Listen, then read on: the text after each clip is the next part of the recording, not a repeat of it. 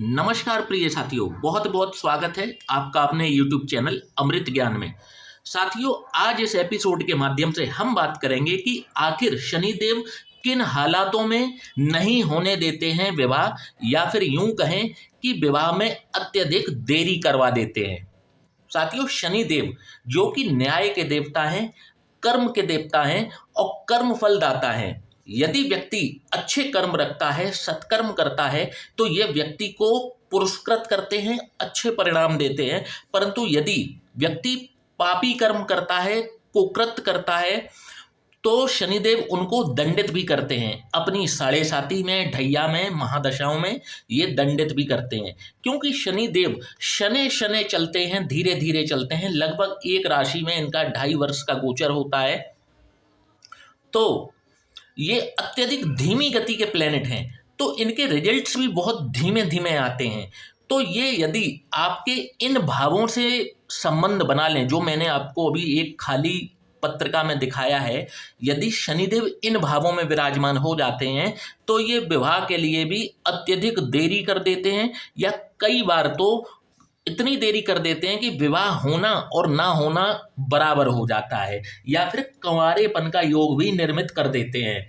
साथ ही वे परिस्थितियां हैं, यदि शनि देव लग्न में विराजमान हो जाएं, पंचम भाव में विराजमान हो जाएं, सप्तम भाव में विराजमान हो जाएं, अष्टम भाव में विराजमान हो जाएं, या फिर दशम भाव में विराजमान हो जाएं। एक पहली कंडीशन ये है, ठीक है। और एक कंडीशन सेटिस्फाई और होनी चाहिए कि ये यहां पर वक्री बैठे हों। पहली कंडीशन क्या है? इन 5 भावों में विराजमान हो जाएं और वक्री होकर के बैठे हों। तो ये आप निश्चित तौर पर मान करके चलिए कि ये विवाह में देरी कराएंगे ही कराएंगे। और यदि बहुत ज़्यादा बल के साथ बैठे हैं या बहुत ज़्यादा पीड़ित हो रहे हैं, तो आप मान करके चलिए कि ये विवाह होने ही नहीं देते। और इसके लिए सबसे खराब जो इनकी पोजीशन है, वह पोजीशन है सप्तम भाव। यदि सप्तम भाव में ये वक्री होकर के बैठ जाते हैं तो ये विवाह होने ही नहीं देते। आप देखेंगे कि व्यक्ति 30 साल का, 35 साल का, 40 वर्ष का हो चुका है, परंतु ऐसे हालात पैदा होते हैं, ऐसे कारण पैदा होते हैं कि व्यक्ति का विवाह संपन्न नहीं हो पाता। और अगर किसी तरीके से इन्होंने विवाह संपन्न कर लिया है तो कई बार ये उस विवाह में तलाक तक की नौबत को ले आते हैं। और ऐसा एक बार नहीं होता है, ये जितनी बार विवाह करेंगे उतनी बार इनके वैवाहिक जीवन में समस्याएं आएंगी। और इन परिस्थितियों में जब भी व्यक्ति का विवाह यदि पहले तो देरी से होगा, यदि हो जाता है, इनका जीवन साथी के साथ में मनमुटाव और वैचारिक मतभेद भी होते हैं। कई बार तो जब भी लग्न में शनि विराजमान हो या सप्तम भाव में शनि विराजमान हो, तो लड़का और लड़की में एज डिफरेंस भी काफ़ी देखा जाता है। या तो लड़की लड़के से काफ़ी बड़ी होगी या लड़का लड़की से काफ़ी बड़ा होगा। और ये एज डिफरेंस 3-4 साल का नहीं, ये मतलब लिमिटलेस है। ये 10 से 15 साल तक भी खिंच सकता है कि लड़का और लड़की में 10 से 15 साल तक का अंतर होना संभव है। लग्न में जब भी शनि विराजमान होंगे, सप्तम भाव, सप्तम दृष्टि से सप्तम भाव को देखते हैं, विवाह में देरी कराते हैं। परंतु यहाँ पर ये शादी को डिनाई नहीं करते हैं। मतलब शादी आपकी हो सकती है, देरी करा देंगे पर हो सकती है। थोड़ा सा शुभ प्रभाव में अगर सप्तम भाव है तो शादी हो जाती है, ठीक है। इसी तरीके से पंचम भाव में विवाह हो जाएगा, देरी से होगा, परंतु क्या होगा कि वैचारिक मतभेद और थोड़ा सा शादीशुदा जिंदगी में भी परेशानी आएगी। संतान को लेकर भी शनि की ये पोजीशन ठीक नहीं होती है, जो कि वैवाहिक सुख का अहम हिस्सा होती है। संतान उत्पत्ति यहाँ पर विराजमान होकर के बाधित करते हैं। देरी होती है, कई बार वैवाहिक रिश्तों में भी खराबी आती, जीवन साथी के साथ में लड़ाई झगड़े ये कॉमन हो जाते हैं इस पोजीशन में। इसके बाद में शनि अगर सप्तम भाव में ही विराजमान हो गए तो फिर यहाँ पर अत्यधिक देरी भी कराएंगे, कई बार विवाह होने भी नहीं देते। जीवन साथी जो इनको मिलता है उम्र में या तो काफ़ी बड़ा मिलेगा या काफ़ी छोटा मिलेगा। और मतलब इनकी जो विचारधारा है वो अपने जीवन साथी से बिल्कुल भी नहीं मिलती, वैचारिक मतभेद होते ही होते हैं।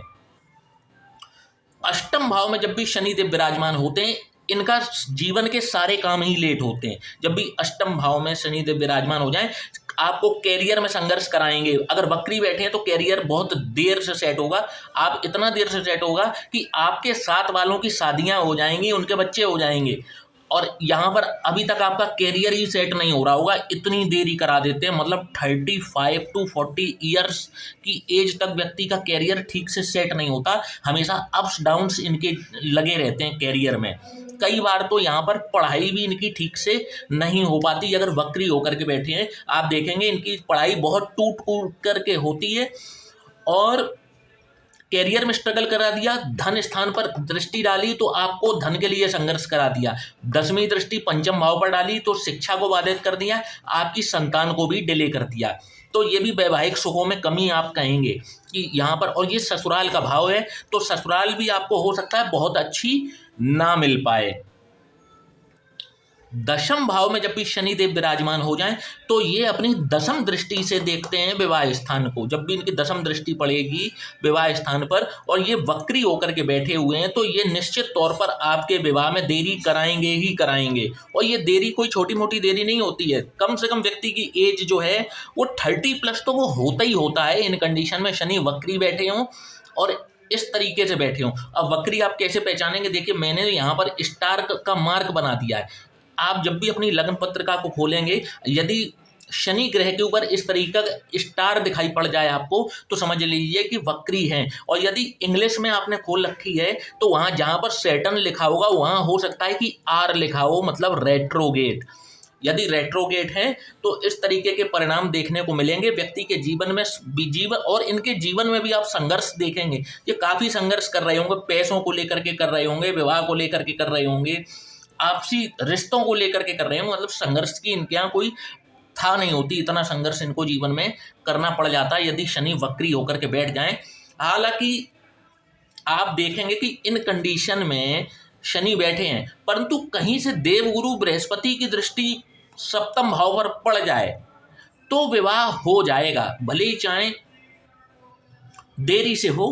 परंतु यदि गुरु बृहस्पति की दृष्टि सप्तम भाव पर पड़ रही हो तो विवाह हो जाता है। कैसे कैसे पड़ेगी? या तो तीसरे भाव में गुरु बैठे हों, पराक्रम के भाव में गुरु बैठे होंगे तो पंचम दृष्टि डाल देंगे, लग्न में बैठे होंगे सप्तम दृष्टि डाल देंगे। यदि एकादश भाव में विराजमान हो तो नवम दृष्टि डाल करके आपको विवाह का सुख तो दिला देंगे, परंतु बहुत देरी से वैवाहिक सुख प्राप्त होता है जातक को। तो साथियों, इस प्रकार से यहाँ पर विवाह आज का जो एपिसोड था वो यही था कि किन हालातों में शनि नहीं होने देते हैं विवाह।